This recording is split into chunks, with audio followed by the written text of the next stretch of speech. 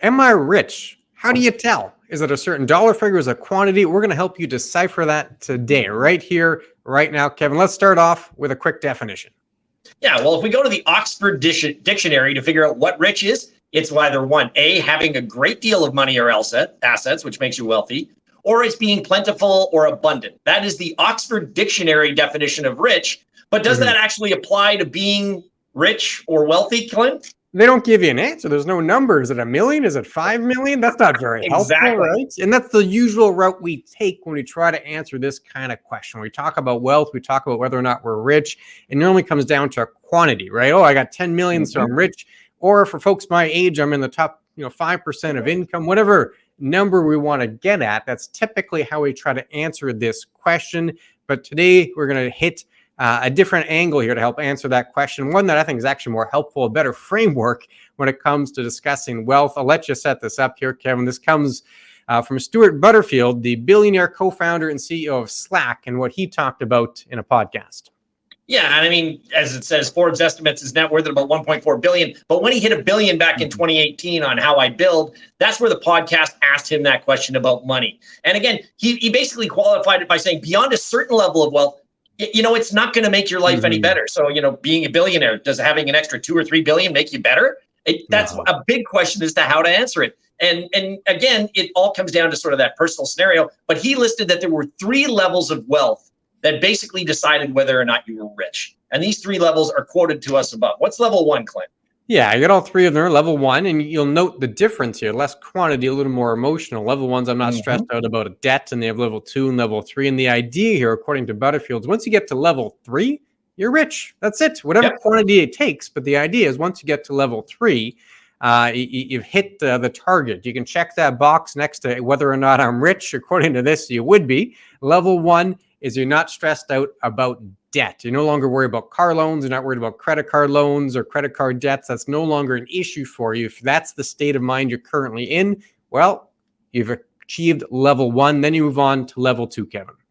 Yeah, so level 2 is that you don't worry about what stuff costs in a restaurant anymore. So, you're going out for a nice dinner, as they show in the picture here. You're tasting wine. I want the bottle. You're not even worried about whether the bottle's a $15 bottle of wine or a $100 bottle of wine. What the influence is there is that cost on the influence or cost on being out for a restaurant meal with yourself, with family, with friends isn't going to be a big deal for you. That's a huge impact, is to say, look, I don't worry about these things anymore. That leads you to level 3, of course, which is a little bit more aggressive. Yeah, you can see the 3rd level there. They slowly escalate, but along a similar line. Level 3 is you don't worry what a vacation costs. So you're not worried about, is the flight too costly? Is the hotel a little too expensive? Can we go to this location? Should we do a cruise instead or a different tour? That kind of no longer becomes the focus. The focus is more, hey, we think this would be fun. There'd be a good time. It would be enjoyment. It'd be happiness. Let's do it. That's the idea. And once you get to that level, again, this is the framework by Stuart Butterfield in that podcast. And I like this framework. Essentially says once you get to level 3, you're rich, you're wealthy. Additional funds beyond that don't really improve your life a whole heck of a lot once you've already achieved these 3 levels. We'll go in a little more detail. But first, Kevin, if people got questions, how are they going to get answers? All you got to do is you go to chatwithclintonandkevin.com. Again, we can help you with a lot of these things to see whether or not you consider yourself rich or not. That's one of the ways to look at it. But yeah, please make sure that you get on the bottom of the screen, chatwithclintonandkevin.com. We'd be more than willing to answer questions on this or any of the other topics that we've discussed in a variety of our videos.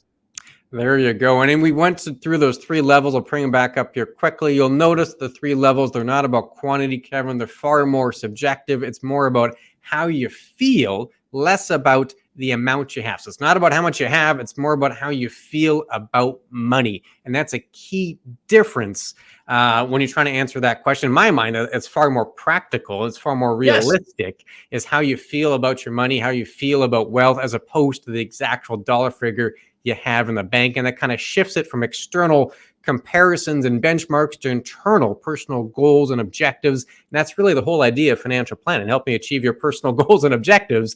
And this framework kind of focuses you on that point. Related to whether or not you're rich, the 3 levels of wealth really comes down to your lifestyle.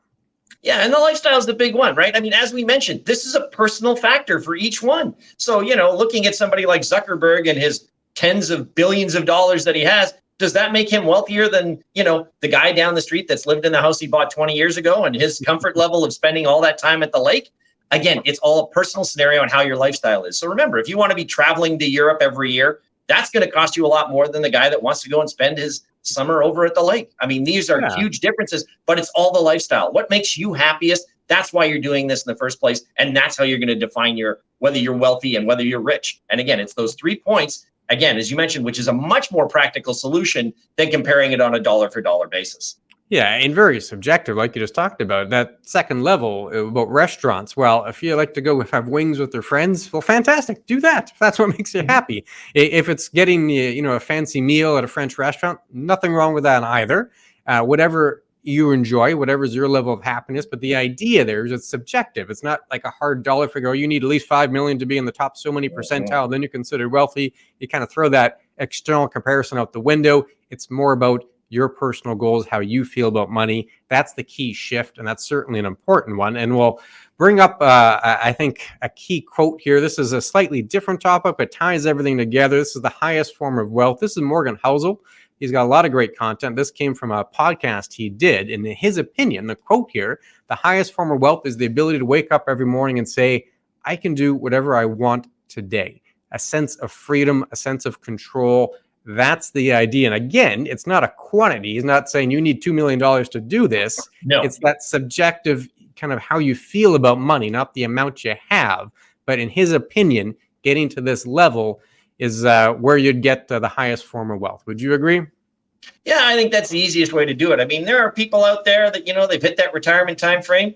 The biggest thing that they love doing, waking up every morning, if you're going to Tim's every morning to get coffee and that makes you feel good and you can do whatever you want after that, hey, that's a heck of a lot different than if you have to go and say, well, I got to be here. I got to spend all my winters down in Florida to be able to do that. Each person has their own different scenario. And you're right. Having that freedom to say, I'm going to get up and I can do what I want today. And I'm not going to be stressed out about anything else. That's going to not only lead to a better lifestyle, but it also probably leads to longevity in your life as well by not having that extra stress about, I don't know if I can retire today or not. Exactly. And coming back to the key takeaway here, it's about how you feel, not about the amount you actually have in the bank account. That's really the definition here. That's the key takeaway.